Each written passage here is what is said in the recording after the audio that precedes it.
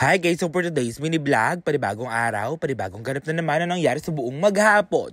Just keep on watching! At nandito nga kami mga gar sa Clark, Pampanga, at ayun nga, nakaready na nga yung food namin. Alas 12 nga to ng gabi mga gar, at ayun nga yung mga food, napakasasarap naman talaga niyan. At syempre nauna na nga kami dito nila Ate Elma para tignan nga dito yung mga food, at ayun nga si Ate Elma, grabe naman talaga yung freshness niyan. Baka Ate Elma yan. At syempre nagsidati nga na nga din sila dito. At ayun nga si Kuya, happy birthday nga pala kay Kuya. Dito nga pala mag-celebrate ng birthday si Kuya at kakain nga kami ngayon. At katabi ko nga lang pala dito si Puji ko at wala pa nga si Bridget Stone dahil nasa CR nga siya. At ayun nga, nagbablog din si Puji ko dito.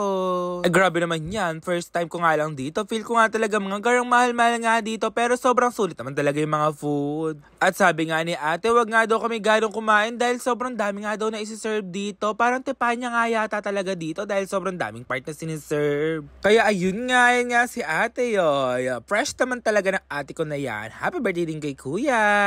Parang sinakop naman na yata namin lahat ng place dito. Umabot talaga hanggang dulo. Sobrang quality din talaga ng mga food dito. At ayan nga, kumain nga din talaga ako dito. Nakalimutan ko nga mga gar kung ano nga ang tawag dyan. Pero nasarap ako nga talaga. At nakakain nga ako dito ng pansit nga mga gar. Hindi ko nga alam kung pansit yan o chapchay. Hindi ko nga alam mga gar. Pero lasa yung chapchay guys. Kaya ayun nga, saan kaya meron mabibili na chapchay? Bibili talaga ako nun mga gar, around sa Kabanatuan nga lang talaga, order talaga ako nun. Mga gar, favorite ko nga yung ganitong lasa ng pansit, yung medyo matamis nga mga gar ka, ayan, masyado nun talaga yung pagkuha ko dito. Bigla na talaga may sinerve na egg dito nga mga gar, nakakalimutan ko nga talaga kung ano nga tawag niya, pero pag narinig ko talaga, alam ko talaga kung ano yun talaga guys. Puro talaga. At syempre nandito nga yung maanghang, maalat, saka nga pala medyo matamis na maalat, ayun nga mga gar yung sausawan namin. Eto talaga the best ga mga gar. Syempre nakalimutan ko na naman kung ano nga tawag neto. Pero ang sarap-sarap talaga neto nga guys. Ayan no, yung niluluto namin na yan. Grabe guys. Ayan nahulog. Lug.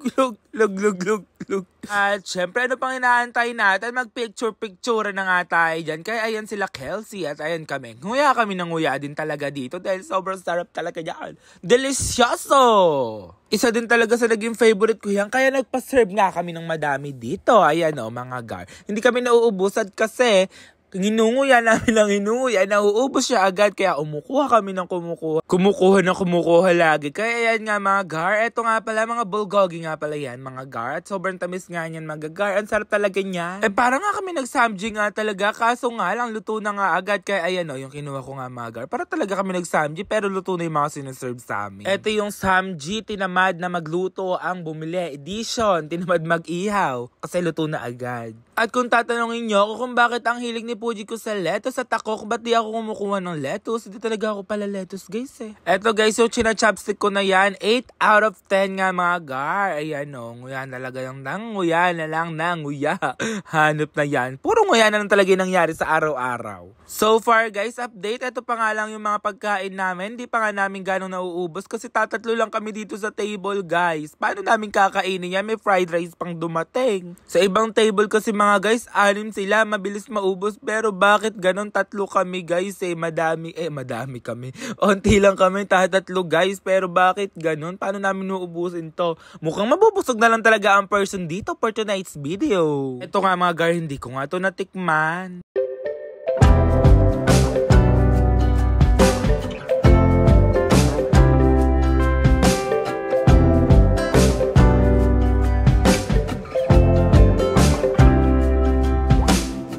Since the recording of time, we've heard the same, love is blind. Kaya ayun nga mga gar, ito talaga yung favorite namin, kaya kumuha kami ulit. Ayun si Kylo. Yes, pakit naman talaga si Kyle yan eh. Ayan no. Guys, ang sarap-sarap talaga na ito guys. Kaya ayun nga, tignan nyo naman kasi yung birthday boy dyan no.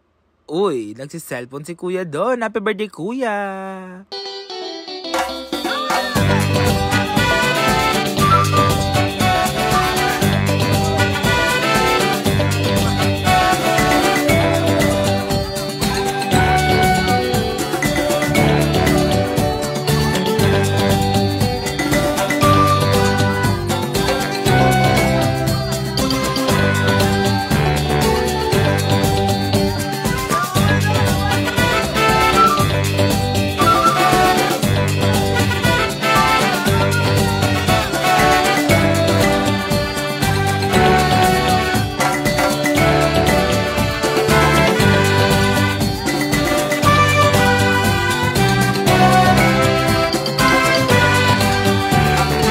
Happy birthday, kuya. I love you nga pala. Sana nga enjoy kayo. Yun lang guys. Thank you for watching.